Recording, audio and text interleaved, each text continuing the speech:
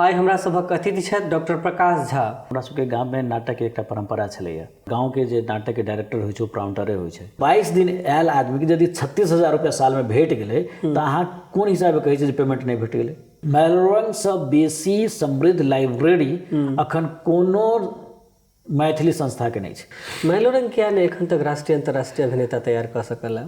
एकटा नाटक के डायरेक्ट केनाइ कठिन छै, एकटा कहानी के संग्रह निकालनाइ से। एक बेर चेतना समिति हमरा इन्वाइट केलथि नाटक करे के लेल।